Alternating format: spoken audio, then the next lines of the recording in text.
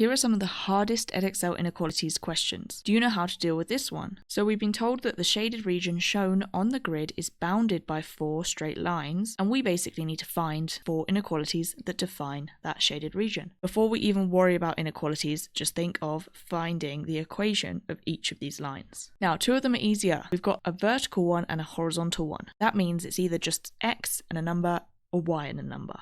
So I'm going to pick those out first. The horizontal one goes across the y-axis at 6. It's always 6 on the y-axis. So that is y equals 6. Now, to put that into an inequality, y is vertical. So is it above or below the 6th line? Well, the shaded region is below. So therefore, y is less than 6. It's below 6. Now, technically, because there's solid straight lines, it's not a dashed straight line. I'm going to add in the equal to symbol as well. The next one, the vertical one, goes through at what looks like minus 3x on the x-axis. So that is x is equal to minus 3. Now, is the shaded region on the left or the right? Is it less than minus 3 or is it greater than minus 3? Well, it's clearly greater, isn't it? It's on the right. So the next one will be x is greater than or equal to minus 3. So hopefully those 2 you can get straight away. The second 2 are then harder because they are the y equals mx plus c in terms of the fact that we've got diagonal lines, i.e. both y and x. So first of all, you can find the y-intercept quite easily just by looking at the graph, but I normally like to find the gradient first. So let's do this line going downwards. Pick any 2 coordinates that you think look like whole numbers. So I'm kind of looking at maybe this 2 here and this one here. You can either use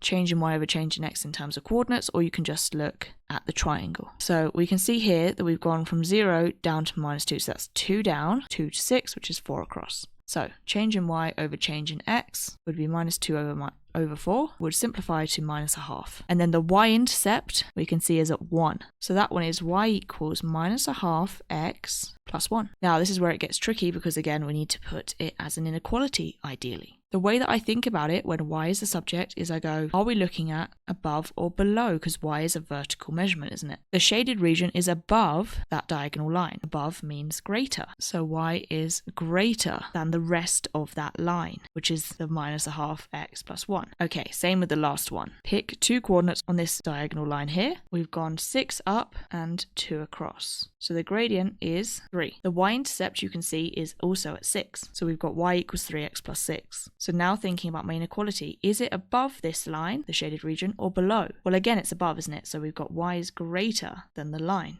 3x plus 6. And those are our 4 inequalities. If you found this helpful, make sure to check out the GCSE Maths Pro YouTube channel where you can find full videos going through everything that we've just seen.